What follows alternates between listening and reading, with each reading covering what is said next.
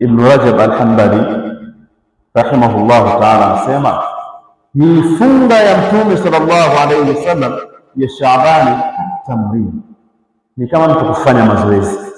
Tunaona timu za mipira zikikabiliwa na mechi kali, pambano, basi wanapiga zoezi kabla ya kufikia mechi hilo, ili katika mechi wawe wanafanya vizuri zaidi. Na hii funga ya Shaabani mbele yake kuna mwezi mtukufu wa Ramadhani, ambao ni mwezi ni wajibu kwetu sisi kuufunga wote. Kwa hiyo kama hutojizoesha funga kabla ya Ramadhani, basi Ramadhani itakuwa ni mzigo mkubwa kwa wewe.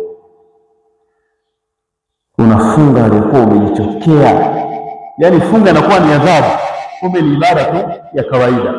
Ufunge, ufanye shughuli zako vizuri, unafanya ibada zako, unafanya harakati zako.